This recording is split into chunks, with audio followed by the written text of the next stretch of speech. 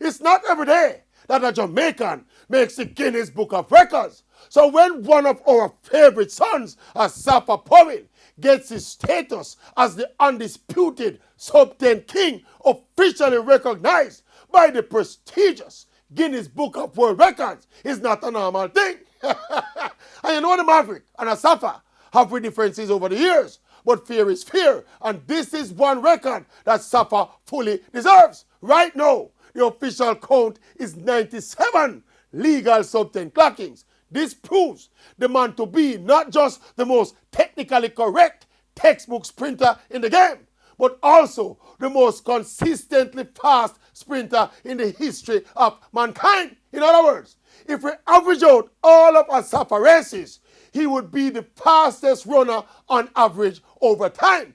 And I can bet you that with the way modern sprinting is evolving, with the younger sprint stars picking and choosing when and where they compete, I don't think the sub-10 record will be broken anytime soon. In fact, it is most likely that Usain Bolt's 9.58 world record will be broken before Asafa's sub-10 record is threatened. And remember now, Safa is still active. So we're talking 97 legal sub-10 clockings, plus the wind-aided sub-10 clockings and counting.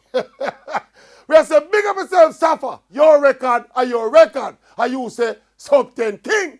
The only thing missing between London, Rio, and Beijing, you know the Olympic thing. When you always start choking. So the gold you never win, but the Mavericks don't leave it. Big up yourself, Safa.